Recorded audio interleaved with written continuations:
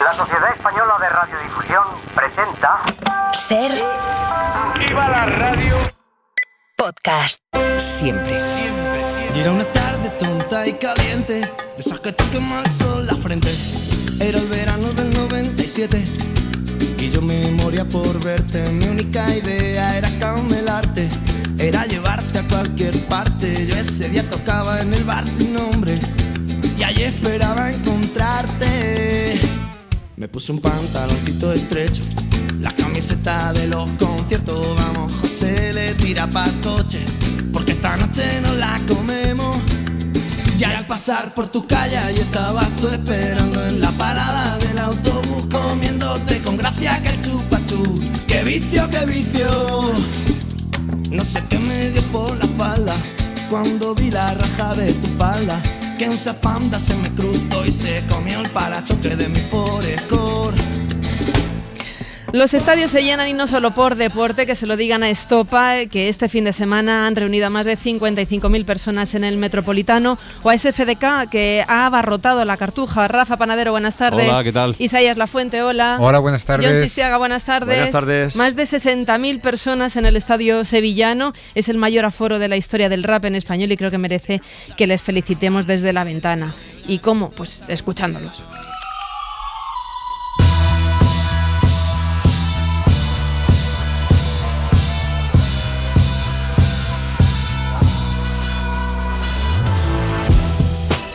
Con poco basta, con techo para dormir y con atún para la pasta. Parece mejorar pero se atasca, su horóscopo era cáncer y se lo come la metástasis. El bien y el mal se contrastan así, un dedo del pie mató a un rasta. Y a mí solo me inspira la vida, pues me motiva que algo nazca, o la muerte cuando es por asta. Siempre alejé mi vida de las castas y voy en deportiva. 55.000 personas en Madrid, 60.000 en Sevilla. Qué ganas de pasarlo bien que tenemos, con conciertos, con partidos. Hoy, por cierto, juega la selección. De hecho, terminamos a las 7, que empieza Carrusel para narrar el Albania-España. ¿Vosotros lo vais a ver? Sí, aunque Porque a mí estos partidos que ya... ¿no? Sí, no lo sé, pero sí, lo veremos. Pero, Son 11 de la tarde. Hay que ver la cantidad de historias, además, que se generan en torno al deporte en general y el fútbol en particular, que es lo que nos ocupa hoy. Algunas tan importantes o más, muchísimo más que ganar la Eurocopa. David Cerón, buenas tardes. Hola, buenas tardes, ¿qué tal? Por ejemplo, tu historia, David. Hace justo 1 año y 3 días estabas jugando un partido de fútbol en un equipo de los Santos de Maimona, en Extremadura, y te dio una parada cardiorrespiratoria en ese momento. ¿Qué pasó? Pues así es, estaba jugando al fútbol en el minuto 4, sufrí una parada cardíaca, una muerte súbita. Y nada, me desplomé, como las imágenes que habéis visto desgraciadamente tantas veces en televisión, y automáticamente mis amigos y compañeros pues fueron rapidísimos a hacerme la reanimación cardiopulmonar. Y bueno, estuvieron ahí bastante rato, consiguieron mantenerme con vida, llamaron rápido al 112 y ya llegaron las ambulancias y con la ayuda del desfibrilador pues pudieron revivirme al 5.º intento, me dieron 5 descargas y nada, la suerte que puedo estar contándolo aquí y que sigo celebrando la vida, como este sábado que estuve en el concierto de SFDK también. No te lo perdiste, ¿eh? No me lo perdí. Pues mira, esa canción de Sin miedo a vivir también era para ti. Así es, oye, es que también dio la casualidad de que, claro, tus compañeros, había alguien que sabía hacer la reanimación. Había, creo que un bombero. Sí. Así es. Un amigo era bombero, otro era dentista y 2 más eran también sanitarios, eran enfermeros. Y pues ya te digo, no dudaron. Esto, claro, supongo que a uno le marca literalmente de por vida y de hecho hace 3 días has presentado una asociación que se llama Rey de Corazones con el objetivo de declarar Los Santos de Maimona un lugar cardioprotegido. Explícanos un poco más en qué consiste. Pues efectivamente, cuando estuve recuperándome los siguientes meses, siempre que hablaba con muchísimas personas me decían, hay que ver que lo importante que es tener algo de formación en RCP o saber utilizar el desfibrilador y demás. Y es que no lo sabemos hacer, no nos lo enseñan. Entonces, bueno, pues ahí dándole un poquito de vuelta Yo siempre, he estado muy, muy unido a todo el tema del activismo. Yo soy educador social y demás. Y entonces, pues, considero que los cambios al final muchas veces tienen que partir desde la sociedad civil y desde abajo. Y hablándolo así con diferentes amigos y amigas, pues decidimos crear una asociación cuyo objetivo, como bien has dicho, es que todo el mundo, al menos en el ámbito cercano, a nivel regional por ahora, aprenda a activar la cadena de supervivencia, a saber qué es lo que hay que hacer y cómo identificar una parada cardiorrespiratoria y que entiendan que antes del cuarto minuto desde el momento en el que ven que una persona puede estar sufriendo una parada cardiorrespiratoria, tienen que comenzar a hacer la RCP, porque si pasan 4 minutos, a partir del cuarto minuto ya tenemos la seguridad de que va a haber secuelas neuronales. Y yo tengo la inmensa suerte de que conmigo empezaron al momento en el que me vieron desplomarme, y no tengo secuelas. Entonces, consideraba que esto debe saberlo todo el mundo y que hay que concienciar a la sociedad para que todo el mundo sepa qué hacer en estos casos. Claro, es que ese es el asunto, que, hombre, tú tuviste la suerte de que además estabas con compañeros que tenían conocimientos por sus profesiones, pero tampoco es tan complicado. Sencillamente hay que saber lo que hacer, como hay que saber hacer una respiración artificial, porque te puedes encontrar un día con alguien en la playa que necesite una respiración artificial y tampoco es tan complicado, ¿no? Claro. Efectivamente, ese es el tema, que es algo tan fácil y que puede salvar tantas vidas, claro, y que hace tanto bien que debería saberlo todo el mundo, no solamente personal sanitario. Entonces, ese es nuestro objetivo. Ahí, David, yo creo que hay... como dice Isaías, es fácil. Lo que pasa es que yo creo que hay que tener la capacidad de decisión y de liderazgo de que la gente se atreva a hacerlo, ¿no? Es decir, que quizás hay que educar también en conseguir desbloquear cuando ves una situación de esta, que la gente empieza a gritar, siempre empiezan a decir que alguien llame, el que llama no está llamando. Claro, pero porque no saben cómo reaccionar. Claro, no saben cómo reaccionar, porque luego es fácil realmente hacerla, ¿no? Pero es al final decir, ostras, que se nos va, que está en parada cardiorrespiratoria, que alguien se ponga y que alguien me sustituya, que yo ya estoy cansado, etcétera, ¿no? Quizás esa es parte de esa educación que hay que tener.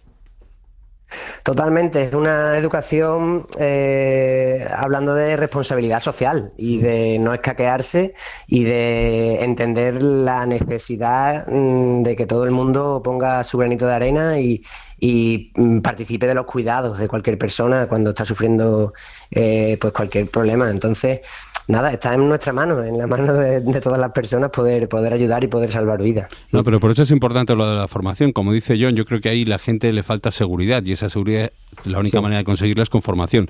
En algunos países es obligatoria esta formación en RCP o en Estados Unidos la dan en los institutos. En los institutos, y eso es una iniciativa que aquí en España se habla poco y estaría bien que se empezaran a mover este tipo de iniciativas. Vosotros habéis tenido el apoyo del ayuntamiento, ¿no?, con esta nueva asociación que habéis creado, pero no sé si se llega a plantear este tipo de cosas, que a lo mejor a nivel el instituto de tu pueblo, dentro de esta iniciativa de que sea un lugar cardioprotegido, ¿no? No sé cómo lo has definido, pues que den este paso también y esa formación se dé también a los chavales. Claro, esta formación tiene que llegar a todos los ámbitos de la sociedad. Hemos empezado poquito a poco, como digo, desde abajo y existen proyectos ya, por ejemplo, la Cruz Roja los promueve, de ciudades cardioprotegidas, en los que, como bien dice, lo importante es la formación, la formación desde infantil prácticamente. En nuestro pueblo hay 4 centros educativos, 3 colegios y un instituto. Vamos a ir a los 4 centros, por supuesto, pero no solo vamos a ir una vez, sino que vamos a hacer una formación que tiene que reciclarse, ¿no?, durante el tiempo, y después vamos a intentar llegar a toda la sociedad civil, al menos en nuestro pueblo y en el ámbito regional. Pues desde asociaciones de vecinos y vecinas hasta pasando por trabajadores y trabajadoras en diferentes ámbitos, asociación de empresarios y empresarias, pues intentando llegar a toda la sociedad, porque como bien habéis dicho, es que esto tiene que ser a base de formación y de conciencia. David, dos preguntas muy concretas. Primero, ¿tú sabías que tenías una patología del corazón antes de que te pasase esto? Y segundo, ¿tú hubieras sabido hacer una reanimación a tu amigo bombero si la situación se hubiera producido a la inversa?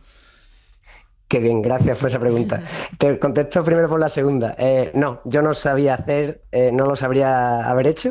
Yo no sabía hacer una RCP y una de las cosas que más me ha movido a la hora de impulsar esta asociación es que de mis mejores amigos que estaban allí también, que he jugado con ellos a fútbol desde pequeño, me dijeron que estaban devastados porque me estaban viendo ahí y no podían hacer nada. No sabían qué hacer viendo a uno de sus mejores amigos ahí muerto, que yo estaba muerto realmente. Entonces eso fue una de las cosas que más me movió a hacerlo. No pasa nada, no se sabe de todo, hay que reconocer que no sabemos, pero tenemos que ponernos a ello.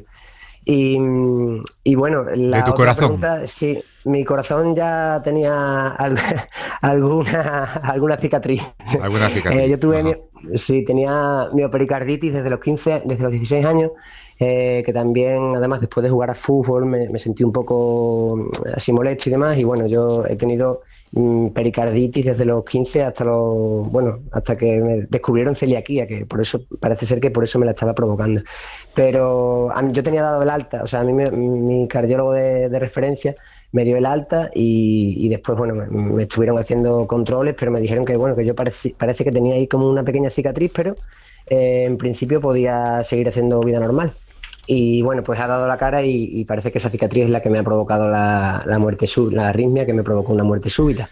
Pero, claro, eso no se sabía que iba a pasar, es algo inesperado. David, que sepas que en esta cruzada de que todo el mundo tengamos algunas nociones básicas de reanimación, de RCP, no está solo. La semana pasada la UEFA puso en marcha una campaña sobre la importancia de saber hacer esto, una RCP. A cardiac arrest can happen to anyone, on a football pitch, at work, but most often at home.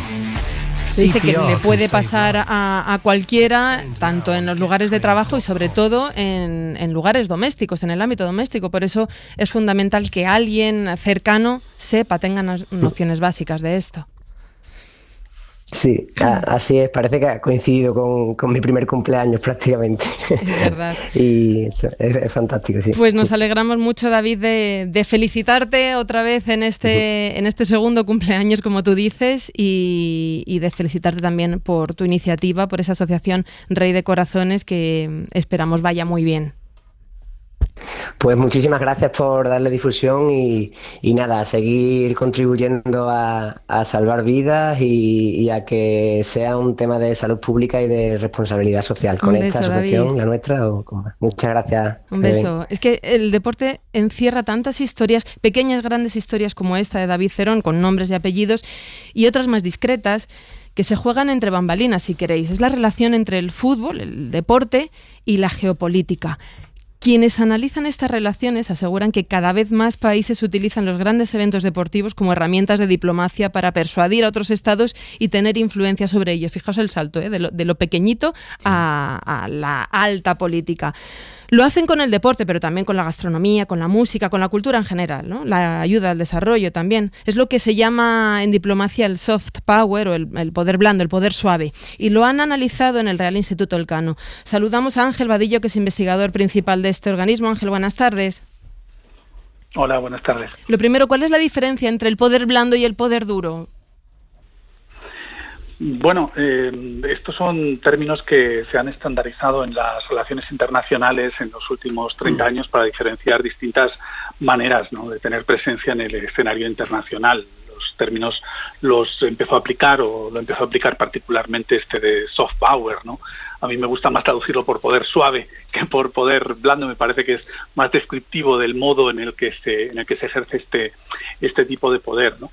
Y este profesor Joseph Nye se inventó este concepto a final de los años 80, a principios de los 90, cuando se estaba hablando mucho del declive del poder estadounidense en el mundo, y la idea que él defendía es que para tener poder que el poder no solo dependía, ¿no?, de recursos militares y económicos, sino que dependía de otro tipo de elementos, ¿no?, y particularmente de factores o de instrumentos que permiten a un país pues tener la habilidad para persuadir a través de la cultura, los valores, las políticas.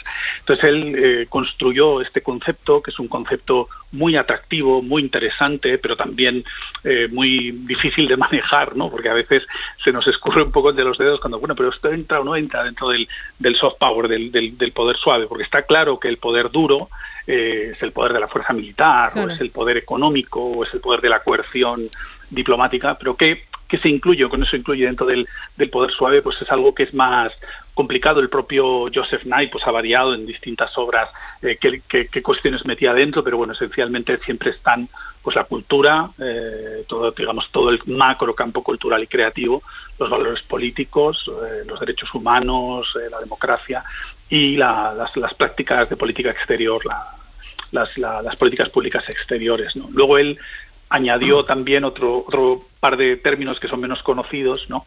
El smart power, o sea, como el poder inteligente, algo así, ¿no? Que puso muy de moda Hillary Clinton cuando fue secretaria de Estado con Obama, diciendo que bueno, que en realidad los países tenían que, y particularmente Estados Unidos, tenían que combinar, ¿no? Recursos de poder duro y suave para tener una presencia y una influencia adecuada en el mundo. Y luego en los últimos años estamos hablando de una especie de cara B del lado oscuro, ¿no? del soft power, del poder suave, que es este sharp power, este poder afilado, ¿no?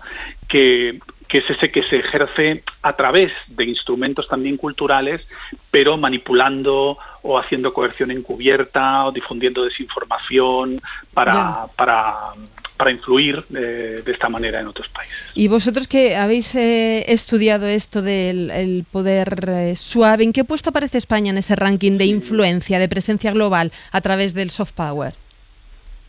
Bueno, nosotros digamos que el Real Instituto Elcano, pues efectivamente, como a lo que nos dedicamos es a mirar afuera, ¿no? A mirar el mundo y sobre todo a mirar afuera, pensando siempre en España, ¿no? Volviendo siempre a España, ¿no? Un poco como Elcano, ¿no? Salimos de viaje, pero en realidad el objetivo siempre es volver, ¿no? Siempre es pensar en lo que eso supone para España, ¿no? Entonces, bueno, no somos los únicos que medimos el poder suave, hay más organismos por ahí que miden el poder suave y que lo hacen con metodologías distintas y en función de un poco lo que se mida, como antes os decía, pues depende mucho de qué metes dentro de la receta, de qué consideras poder suave, sí, pues te sale mejor o peor el resultado, ¿no?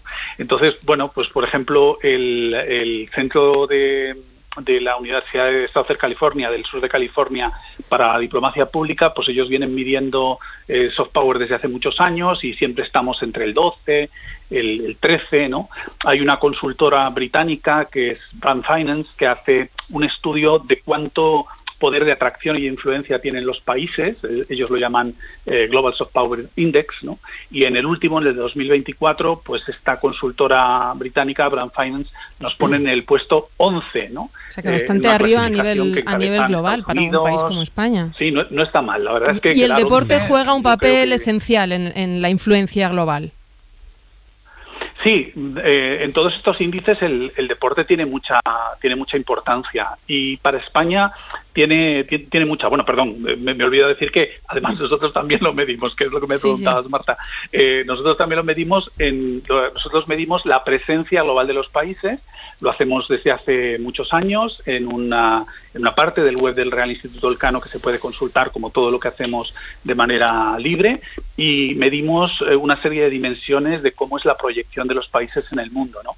Medimos 5 elementos económicos de esa presencia global de los países, 2 elementos de presencia militar y 9 elementos de presencia soft, ¿no? De presencia suave, que son las migraciones, el turismo, el deporte, la cultura, la información, la tecnología, la ciencia, la educación y la cooperación al desarrollo. O sea, esas 9 variables son las que nosotros consideramos que pesan para que un país tenga presencia, mayor o menor presencia en el mundo. Y España, según nuestro ranking, pues estamos en la posición 12 en términos, 13 ahora mismo en términos globales, ¿no? 12 en la presencia económica y militar y en la posición 16 en la presencia suave. Están saliendo dos conceptos aquí que no sé si están directamente relacionados. Uno es presencia, lo acabo de decir, y el otro es influencia. Sí. ¿Estar presente supone siempre ser influyente? En el caso de España, en concreto. Claro que no. O sea, estar presente simplemente es estar presente, pero la influencia depende de muchos otros factores y de otras variables. Yo diría que para ser influyente hay que estar presente o por lo menos tener cierto nivel de presencia, pero no siempre la presencia en algunos de estos indicadores que acabamos de recitar así rápidamente, no siempre la presencia es una buena noticia, ni siquiera. Por ejemplo, fijaos que cuando nosotros medimos la presencia de los países en las noticias, ¿no? Pues lo que hacemos es estudiar todos los teletipos de las mayores agencias de información del mundo. Bueno, eso no significa que salgas mucho en las noticias, no significa que necesariamente sea por algo bueno. Claro. Puedes salir porque hay una guerra civil en tu país, por ejemplo, ¿no? O sea que no, estar presente no es necesariamente la presencia un sinónimo de poder o un sinónimo de influencia, aunque efectivamente para ser influyente un grado de presencia siempre Ángel, los periodistas que hemos estado en algún conflicto o en alguna guerra, tenemos la experiencia de en cuanto hablas con alguien en el teatro de operaciones y le dices que vienes de España, from Spain, lo primero que te dicen es Real Madrid o Barcelona. Claro. Esto funciona siempre. Durante un tiempo fue Messi o Ronaldo o Real Madrid o Barcelona. A veces asusta un poco porque no sabes si estás dando la respuesta correcta, ¿no? Si, con quién va el que lleva el Kalashnikov y tiene la cara hinchada y los ojos inyectados en sangre. Pero funciona. Ahora, lo que yo te quería decir es que Nay, es verdad que tú hablas del poder suave y no te gusta poder blando, porque Nay fue en su momento considerado pues un diplomático que representaba una escuela de diplomacia blandengue, ¿no? En la época de Clinton, etcétera, ¿no? Y así salieron competidores como el Huntington hablando del choque de civilizaciones, etcétera. Hablar de diplomacia suave ahora, cuando se están publicando estudios que estarás al tanto de que este año es el año desde la Segunda Guerra Mundial con mayores conflictos en activo en todo el planeta. Hablar de poder suave ahora no es una entelequia. Yo creo que mientras no nos olvidemos de este dato que acabas de dar, John, el peso del soft power, fíjate, el peso del poder suave en este momento, si lo pudiéramos medir también de esta manera en términos históricos, yo también diría que es el más grande de la historia. Hay una voluntad por parte de todos los países de tener presencia y de tener influencia exterior por medios suaves, indiscutiblemente. Es decir, en los últimos 25 años, si os dais cuenta, raro es el país que no ha puesto en marcha, en práctica, alguna política de proyección exterior, de promoción de su cultura, de promoción de su lengua. Esto es la famosa marca España, la famosa marca España de Margallo. Bueno, sí, y de antes que Margallo, ¿no? La marca España pues nació de un proyecto en el que también estaba ahí el Real Instituto Elcano a principios de los años 2000, ¿no? O sea, en un proceso de pensamiento. El propio concepto de marca aplicado a los países es un concepto complejo y difícil, sí. y también pensar que los países se pueden comportar en el espacio internacional como se hace con el marketing de los productos o de los servicios también es algo delicado. Al final ha quedado, ¿no?, en el acervo colectivo el término y lo usamos con mucha naturalidad, aunque ya no existe como tal una política de marca país, ¿no?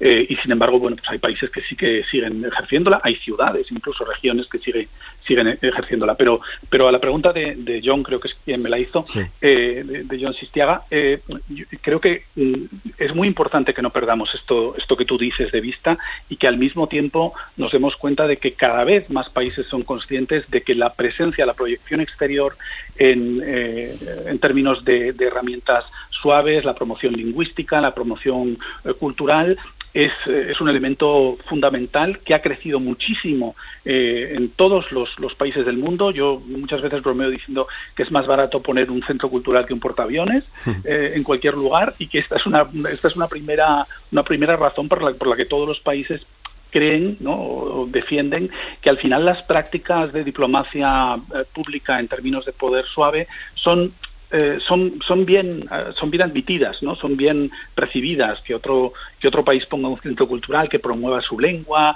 que haga un intercambio cultural con un museo de una colección de arte o lo que sea, siempre desde luego es mucho mejor recibida por parte de las opiniones públicas extranjeras, que es a quien van dirigidas todo este tipo de políticas de diplomacia pública, que otro tipo de medidas. Entonces, sí, tienes toda la razón, y yo creo que es muy importante que no perdamos de vista el hecho de que efectivamente el mundo se ha vuelto un lugar mucho más peligroso y que, sin embargo, paradójicamente en los últimos años la diplomacia pública basada en el poder suave ha crecido de una forma espectacular, exponencial en todo el mundo. Ángel Vadillo, investigador principal del Real Instituto Elcano, muchísimas gracias por estos minutos en La Ventana. Un placer estar con vosotros. Qué interesante, hablando esto de diplomacia, de alta política, no está de más recordar que es una competencia que depende exclusivamente del Ministerio de Exteriores. Lo digo por aclarar, después del recibimiento de Ayuso al presidente de Argentina y de otorgarle la medalla internacional. Por aquí va nuestra palabra del día, Isaías. Venga. La palabra del día, con Isaías Lafuente. Pues sí, hablando de marcas en toda su polisemia, llevamos días hablando de una condecoración polémica y esta es hoy nuestra palabra. Todos sabemos que una condecoración es tanto el acto de reconocer públicamente a alguien como el objeto, ya sea medalla o insignia, con la que se condecora. El verbo condecorar nos viene del condecorare latino, dar honores a alguien, y no solo tiene la misma raíz que decorar, que es embellecer una cosa o un lugar, sino de que desde su origen tuvieron una acepción sinónima que hoy se considera ya poco usada, porque decorar era también, poéticamente hablando, condecorar a alguien. Alguno de estos reconocimientos dio lugar después a nuevas palabras, por eso personas relevantes, desde artistas a deportistas, resultan laureados sin que ya hoy se les imponga una corona de laurel. Y si hurgamos un poquito más en las raíces de la condecoración, nos topamos también con la palabra decoro, del latín decorum, que vendría a nombrar lo que es apropiado. Hoy en castellano, decoro es el honor y respeto que merece una persona por su dignidad, pero también es circunspección, es decir, prudencia y seriedad en las acciones y en las palabras.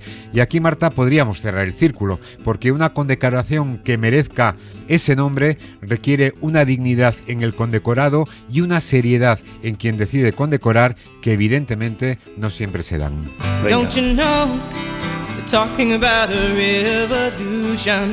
Ideas y personas que están cambiando el mundo.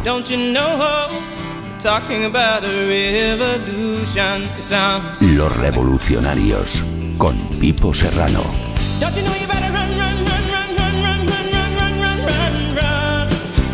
Tus revolucionarios nos llevan cada semana, Pipo, a distintos territorios, pero hay uno que yo creo que nos afecta pues prácticamente a todos, desde el día a día en la familia hasta los procesos que tenemos cada uno en nuestro puesto de trabajo.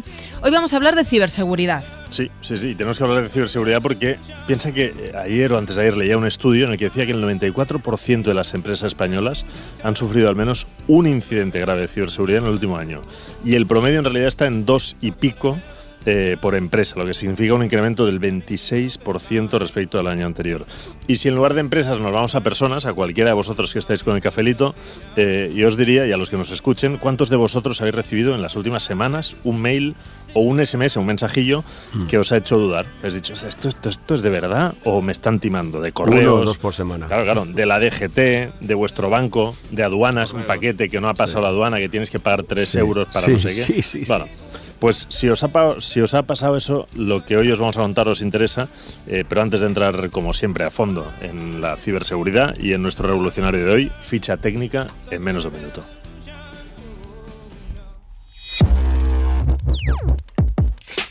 Nombre. CEPO. Año de creación. 2022. Sector. Ciberseguridad. Titular. Empoderando a la población para defenderse de los ataques en la red. En una frase. Que mediante herramientas tecnológicas y un amplio conocimiento capacitan a la sociedad para identificar y alertar en tiempo real de los ataques que tienen lugar en los entornos digitales. Acceso vía. Página web www.cepo.ai. Inversores. Capital privado y asesorados por algunos de los mayores expertos de ciberseguridad a nivel global. Hoy, en La Ventana, Antonio Muñoz, revolucionario, CEO y fundador de CEPO. Antonio, buenas tardes. ¿Qué tal? Buenas tardes. Mira, que hemos empezado hablando de empresas cuando en realidad creo que lo que vosotros habéis detectado es que la mayor brecha de seguridad habitualmente está en las personas, en los usuarios. Cuéntanos. Es así. Se suele decir además que los usuarios, las personas, somos el eslabón más débil de la cadena. Y es un poco lo que hacemos desde Cepo, ¿no? Al final la ciberseguridad es un campo muy grande, ¿no? Pues que abarca áreas desde perímetro, antivirus, ¿no? Que son las cosas a lo mejor un poco más conocidas, claro. La nube, hasta otras categorías como la que estamos trabajando nosotros, que es la parte de la gestión del riesgo humano. Y a eso le llaman ingeniería social y creo, y corrígeme Antonio si no es así, que más del 90% de los ataques tienen como objeto la persona. Sí, más que tienen como objeto la persona, yo creo que al final el origen, digamos, de todos los errores que se producen en el campo de la ciberseguridad, en el mayor del 90% de los casos dicen, empieza con un fallo humano, un fallo nuestro. Entonces, lo que hacéis en Cepo es entrenar a las personas para que no caigan en la trampa de los que quieren estafar. Sí, al final hacemos dos cosas. Por un lado, lo que hacemos es capacitar, empoderar a las organizaciones con los recursos y el conocimiento para que sus empleados se conviertan en la primera línea de defensa, porque van a ser atacados, ¿no? Entonces, si ellos son capaces de percibir, de identificar esos ataques, pues al final es un seguro, ¿no? Y luego, por otro lado, lo que hacemos es analizar o identificar, monitorizar, influir patrones de comportamiento de riesgo humano en tiempo real, para que cuando estemos siendo atacados, pues podamos ser advertidos de que efectivamente estamos siendo atacados. Oye, a mí me gustaría, perdona, después preguntarte por algunos de los casos habituales. Yo decía esas pequeñas estafas vía SMS. Seguro que vosotros vivís cosas mucho más gordas. Ahora has contado dos maneras de atacar el problema y son las que vosotros usáis. En la primera hablas de entrenar, de asistir, de alguna manera como se hacen simulaciones de incendios, ¿no? Vamos a hacer un simulacro en una empresa, ¿no? De entrenar a las personas que forman parte de una empresa. ¿Cómo funciona ese proceso? Es decir, es un día, les avisáis, venga, hoy vamos a hacer un simulacro y les chincháis hasta que caen o cómo va la cosa. Bueno, la verdad es que no se avisa, ¿no? Al final cada organización decide cómo quiere hacerlo, pero el símil es muy bueno, Pipo. Al final es como ese día en el que estamos todos trabajando y de pronto pues nos avisan que hay un simulacro de incendios y todos pues con la cabeza un poco baja decimos, jolín, otra vez para abajo, ¿no? Pero es el mismo objetivo, ¿no? Lo que intentamos es exponer a las personas a situaciones reales para que aprendan a gestionarlas. Es así como lo hacemos. Pero entonces, si lo entiendo bien, vosotros queréis empoderar al individuo, pero a través de la empresa. No trabajáis directamente con gente como nosotros, es decir, gente como nosotros que necesitamos empoderamiento para que no nos la cuelen. También vosotros nos podéis ayudar. Sí, y además, digamos que el ciudadano de a pie nos ayuda doblemente, ¿no? Y lo explico a continuación. Pero la respuesta corta es sí. Nosotros ayudamos a las organizaciones para que éstas puedan capacitar a sus empleados y al mismo tiempo tenemos un servicio en el que a los ciudadanos pueden entrar en nuestra herramienta, en cepo.ai, y pueden reportar o estar en alerta de saber qué está sucediendo. ¿Y por qué nos ayudan doblemente? Como digo, porque al final lo que estamos haciendo es construyendo una base de datos muy potente a nivel mundial que nos permite estar en una posición privilegiada para en tiempo real decirte si realmente está pasando algo, ¿no? Al final venimos de un mundo en el que a los empleados o a las personas les decimos, oye, si te pasa esto, pues ten cuidado, ¿no? O si viene alguien por ahí, haz esto, ¿no? Y nosotros queremos ir hacia un mundo en el que le digamos a la persona, oye, esto está pasando, ten cuidado. Y tan reconocido es vuestro conocimiento que Google, empresa que todo el mundo conoce bien, cada año selecciona algunas empresas muy punteras de todo el mundo. En este caso de España se ha fijado solo en una, en Ciudad Real, que es Cepo, y en el campo de ciberseguridad, porque ahora tienen un foco especial en ciberseguridad e inteligencia artificial. ¿Valoran de vuestro caso el hecho de que, como decías, ¿no? en esa segunda pata de capacitación, cuando alguien duda, a diferencia de lo que antes se haría con un antivirus, ¿no? Que el antivirus directamente te avisa, os pueda preguntar y que vuestra herramienta directamente le diga no des ese paso, no le des ese enlace o que no haga lo que le pide el caco o el malo? Bueno, al final lo que valora Google nadie lo conoce en detalle, ¿no? Lo que sabemos es que ellos han seleccionado, identificado una serie de empresas a nivel mundial, que son 17 si no recuerdo mal, nosotros somos una de ellas, la única española, y lo que entienden es que nosotros estamos trabajando en una de las categorías más emergentes y que más potencial tiene a futuro. Y además es una de las categorías que más interacciona con el mundo de la inteligencia artificial, con la tecnología, en este caso de la inteligencia artificial.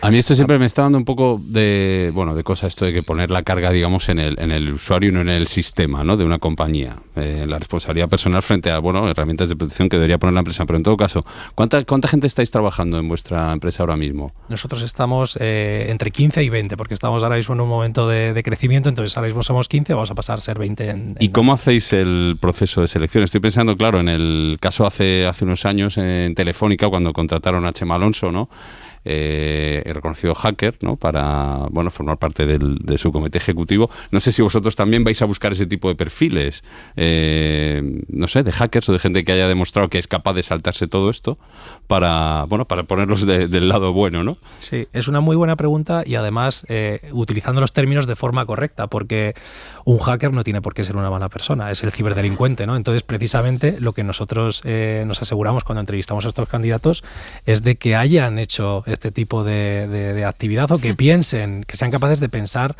cómo puede hacerlo un cibercriminal, ¿no? O sea que eso es muy importante. A mí, Antonio, me encanta el nombre de la empresa, primero. Es con Z, lo escriben con Z, pero lo de cepo, ¿no? Pero luego, a ver, no todos estos mensajes malos van al spam, ¿no?, a mensajes no deseados. Muchos se cuelan, y no solo por correo, sino por SMS, etcétera. O sea, cuando te preguntaban, Isaías, ¿cómo se hace esto? Es decir, ¿es una aplicación donde yo puedo mandar el link para que me digáis, chungo, no te metas? ¿Cómo nosotros, los que no somos empresas, podemos saber si hay que entrar o no? Y también, por Dios, que nos digan si efectivamente nuestras sospechas eran ciertas, ¿no? Es exactamente tal y como lo has descrito, ¿no? Tú lo que puedes, al entrar en la página web o en la herramienta, es reportar una amenaza que tú puedes haber detectado como sospechosa, y vas a recibir una respuesta de si esta amenaza efectivamente es verídica o no, ¿no?, si se trata de una amenaza o no. Pero al mismo tiempo, otra cosa que puedes hacer, si eres más proactivo, es instalarte una serie de extensiones o de botones que habilitamos en las herramientas de correo para que esto lo puedas hacer de una manera más dinámica y donde, digamos que la reacción o la alerta la recibas de una manera pasiva, ¿no?, y no tanto activa, sin que tú tengas que hacer nada. Oye, yo querría, simplemente por puntualizar lo que decía Rafa, ¿no?, lo de poner la carga en la persona. Yo creo que por lo que me contaba Antonio estos días, lo interesante de esto es que, claro, es que las personas estamos permanentemente operando frente a muchos sistemas, procesos, recibimos emails, comunicaciones externas, y somos, somos la brecha fácil, el eslabón débil para atacarnos. Y me contaba Antonio algunos ejemplos, pues algunos que tienen que ver con cuando te notifica la empresa supuestamente desde temas de tu nómina o de tus vacaciones, a otros que recibimos vía WhatsApp, pero me contaba uno de la Comunidad de Madrid reciente, que me pareció increíble porque nace desde lo analógico, que tiene que ver con las multas. Cuéntanos un poco, Antonio, cómo iba eso para entender lo fácil que es pillar a la persona desprevenida. Sí, además es también un caso que a nosotros nos sorprendió mucho porque meses antes lo habíamos estado comentando en el equipo, ¿no? El potencial que tienen los QRs, ¿no?, que están en todos sitios y el peligro que entrañan. Bueno, pues en la Comunidad de Madrid, como dice Pipo, hace unos meses se empiezan a dejar una serie de multas en los coches. Sabéis que al final, pues a veces el coche no está al lado de ese punto de recarga entonces la multa básicamente lo que venía a decir, hoy ha sido multado. Esto era falso y lo que te decían es si quieres pagar la multa rápidamente, lo dejaban además en tiempo y forma para digamos, hacer de cebo, entra en el QR y empieza el proceso, ¿no? Entonces, a partir de ahí lo que sucede, puede suceder algo o puede no suceder nada. Al final lo que están es leyendo tu información. A veces pensamos que quien nos está atacando es una persona física, pero no, pueden ser robots que están detrás, que que empiezan un proceso de análisis. Que solo se llama. Con abrir el QR ya empiezan a obtener todos tus datos. Eso es, no todos tus datos, ¿no? Puede ser algo tan sencillo como tu historial de navegación y a partir de ahí pues empiezan a confeccionar un perfil tuyo que les permite determinar hasta qué punto pues tú puedes ser alguien relevante para atacar. Madre mía, pero esto ya te abre una ventana tremenda, ¿no? Porque utilizamos ya QR para cartas de restaurante, para coger un autobús, saber cuándo viene el metro, el avión, ¿no? Claro, pero John, fíjate que aquí un QR se juega. Siempre te lleva a un enlace, a una URL, a una web. Y claro, si tú cuando, por ejemplo, recibes un mensaje y te dicen, oye, soy del banco X, entra por favor en el enlace y demuéstrame que eres tú que has tenido una brecha. Y y tú leas ese enlace, que podría incluso ser exactamente igual que el tuyo, aunque por debajo corre otro enlace, ¿no? Le das, pones tu identificador y ya has palmado. Pues aquí es lo mismo. Un QR te lleva a un enlace. Lo fastidiado es que en el caso del QR no ves el enlace. Y hay un ejemplo, Pipo, que estábamos comentando antes de herramientas de mensajería en el contexto profesional, ¿no? Pues Slack, Microsoft Teams, lo que sea, donde lo que está sucediendo es que se consiguen las credenciales de uno de los empleados y a partir de ahí, pues en la herramienta entra una persona que no es de la organización y que puede empezar a hacer peticiones como si fueran reales. Esto hace 3 años ya sucedió, o hace más años, hace 4 o 5 años, con Electronic Arts, la herramienta de gaming americana. Hubo un empleado que era falso, que entró a esta herramienta de mensajería y que solicitó acceso a los códigos del FIFA, el juego de fútbol, ¿no? Y bueno, pues consiguió el código y esto pues se yo creo que eso de capacitar y educar a la gente es tan necesario en este nuevo mundo que cambia tan deprisa. Yo, tengo mi pobre madre que igual nos escucha y le mando un beso, frita porque todo el día me escribe y me llama, oye, ¿esto qué hago? Y no, mamá, esto es de verdad, esto es de Apple, o esto es del otro. Antonio, ¿operáis en España solo? Claro, también. No, operamos a nivel global. Es decir, nosotros somos españoles, aunque tenemos empleados por diferentes partes del mundo, pero tenemos clientes tanto en España, Europa, como en Estados Unidos y Sudamérica principalmente. Pues Antonio Muñoz, revolucionario y CEO y fundador de Cepo, muchísimas gracias. Nos vamos. Bueno, a ver. Nos quedamos todos con un poco miedito, ¿no? Sí, un poco de necesitamos actualizarnos o que nos actualice Cepo, por ejemplo. Gracias por acercarte a la radio. Gracias a vosotros. Un beso, Pipo, y a tu madre otro. Un beso. Que vaya bien. Chao. Don't think sorry's easily said. Don't try turning tables instead.